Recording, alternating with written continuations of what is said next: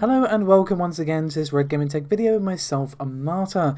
Hope you all had a nice Easter weekend and were able to enjoy it as best as you could. It was actually really nice weather here. Of course it was, typical. Anyway, we're of course here to go through the latest news from the tech world from the last 24 or so hours as of the 14th of April. And we're going to begin things with a small visit to AMD and EPYC.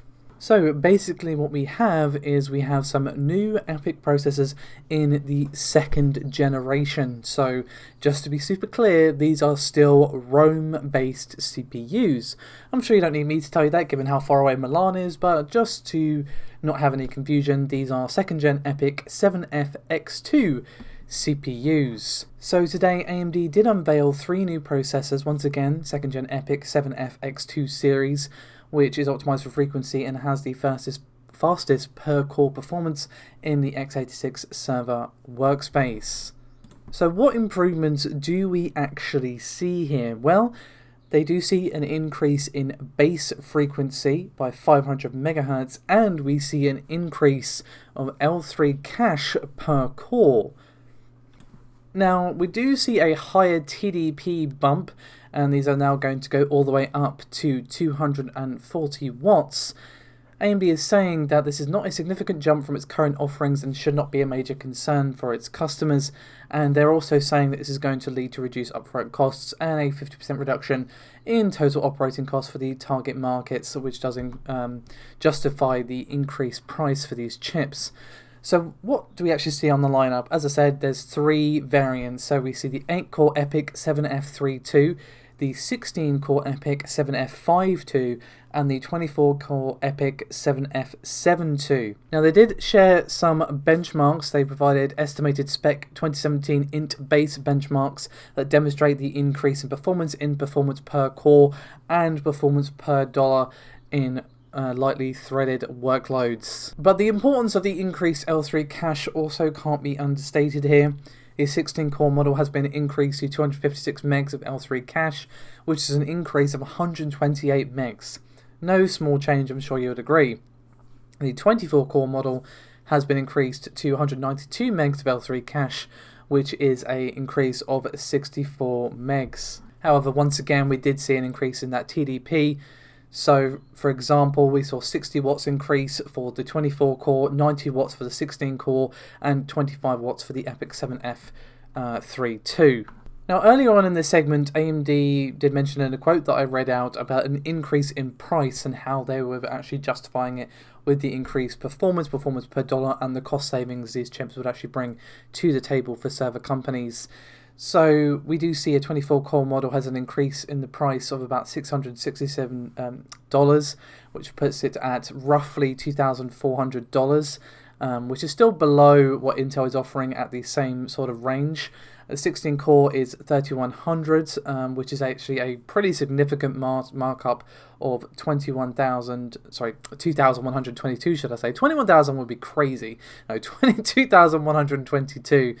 But again, is still below the Intel competitor, which is the Gold 6246R. Anyway, we're going to move on now for a few things from Intel, the first of which is regarding pricing for Comet Lake. So before I get started with this, I just want to be super clear that these prices are not confirmed. This is a rumor, thanks to a leak from Momo on Twitter, whose name you should be very familiar with.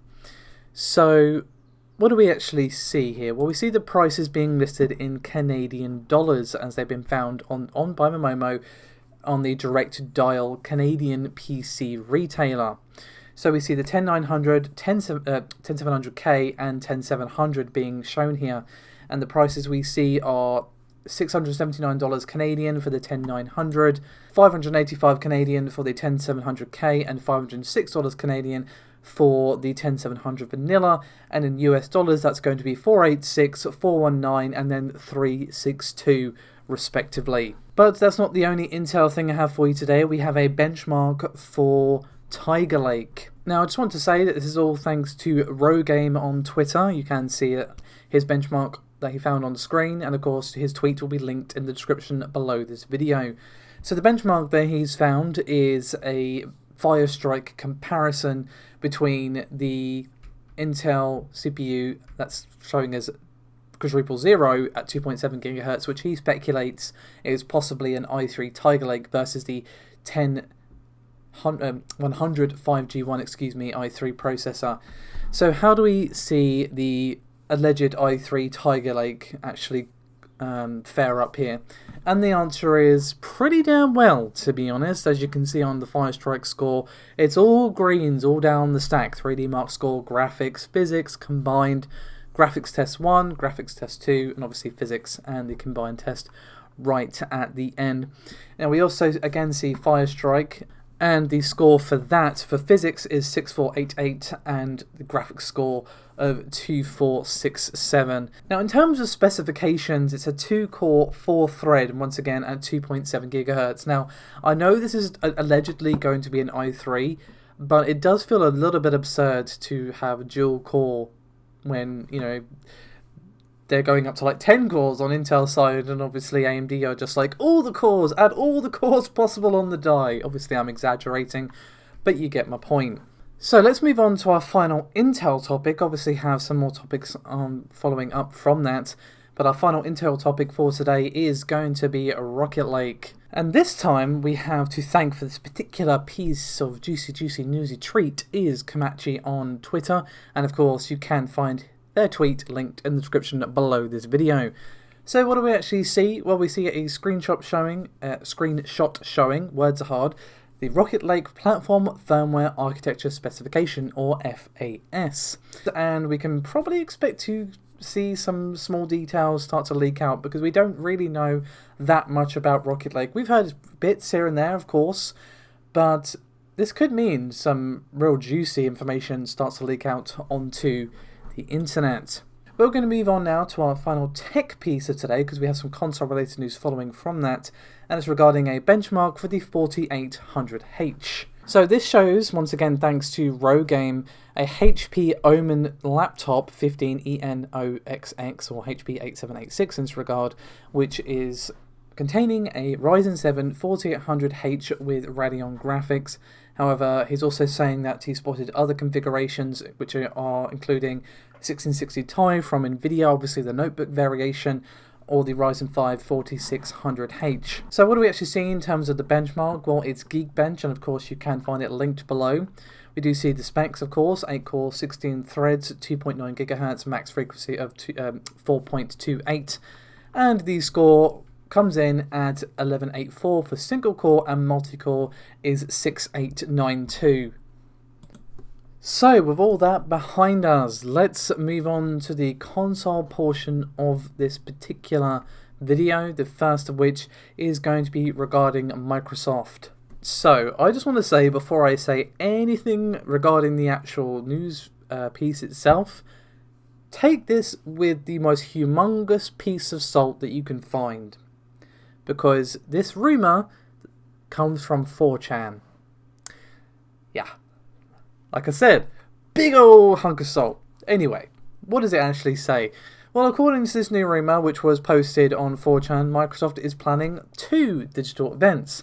Now, Microsoft have already confirmed, of course, that they are going to be holding a digital event in place of their usual E3 conference. So this rumour is now saying that they're going to have one event in May and one in June. And you might go, hold on, why would they have an event that close to each other? And that was my first thought, to be honest. Like, that seems a bit odd.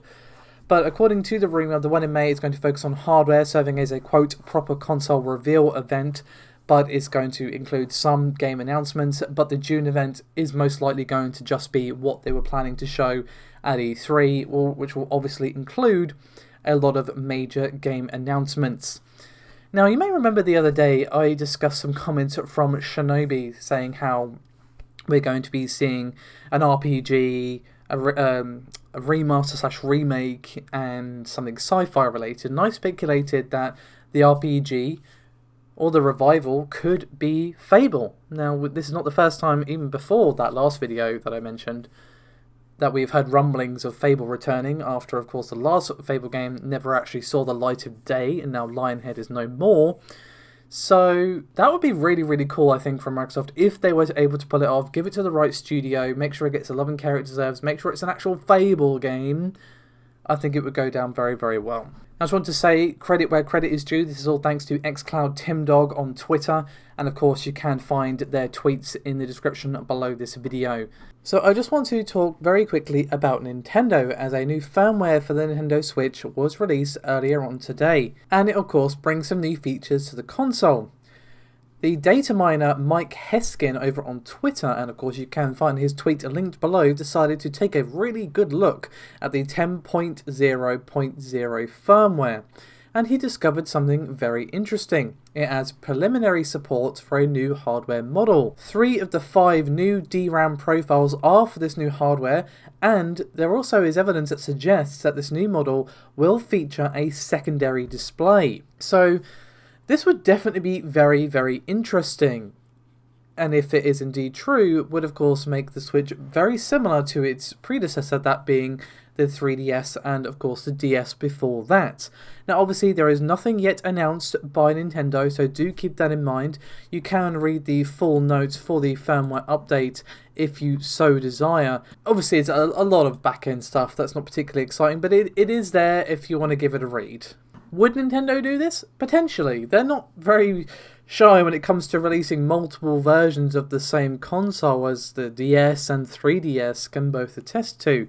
I would imagine it would be a situation similar to the Nintendo Switch Lite, where it is only going to be a handheld model of the Switch. Would it have any new hardware inside? Potentially. Obviously, they may have to make some changes in order to accommodate the second display. Are we going to see a Wii U situation where it's just not properly utilised, other than the odd outlier like, say, Zombie U, which actually is really good now that it's out on a different platform that isn't Wii U.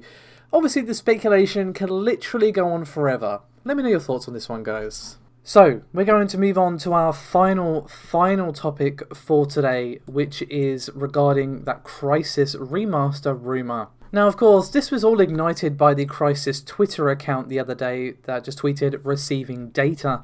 And now they are seeming to stoke the flames of rumour and excitement even more that we're going to be seeing a Crysis remaster / remake. And this time they tweeted, "Hey Nomad, you're still with us?" Now obviously this is far from a confirmation, but it's heavily hinting at it, let's just say that. Now again, they haven't actually confirmed anything, but they're clearly leading up to something. Remaster, probably, yes, because obviously you can still get Crysis on PC, it still looks pretty damn good, but obviously console-wise, it's not really very modern at all in terms of the platform it's available on. PlayStation 3, Xbox 360, a touch behind the times to say the least in that regard. So a modern release for the PS4, Xbox One, and potentially even of course PS5 and Xbox Series X would be huge, to be honest. Now personally I've actually not really played that much Crysis, because I got into PC gaming fairly late-ish in my life, just because I was a broke student and couldn't afford a PC until after I got out of university. So I just kind of missed out on Crysis. Besides, I'm iffy with first-person shooters. They kind of have to be like old-school style, like Doom, or the Darkness was pretty good, actually. I enjoyed that very much. Regardless, though, of my personal feelings on this, if this is true, and it's looking very, very likely, this is going to be really nice, and I look forward to seeing some reveals, hopefully at Microsoft's digital event, but either way, hopefully we'll see something soon confirmed from Crytek. Anyway, that is me done for this video. Thank you so much for watching. As always, your support is highly appreciated. Do remember to like and subscribe, and go check us out on Patreon if you'd be so kind. Even if you don't want to actually give us $1 a month or whatever, that's absolutely fine. Just give us a share. Every little helps, as they say. Anyway, that is me done for this video. As I said, thank you again, and I'll see you later. Bye bye.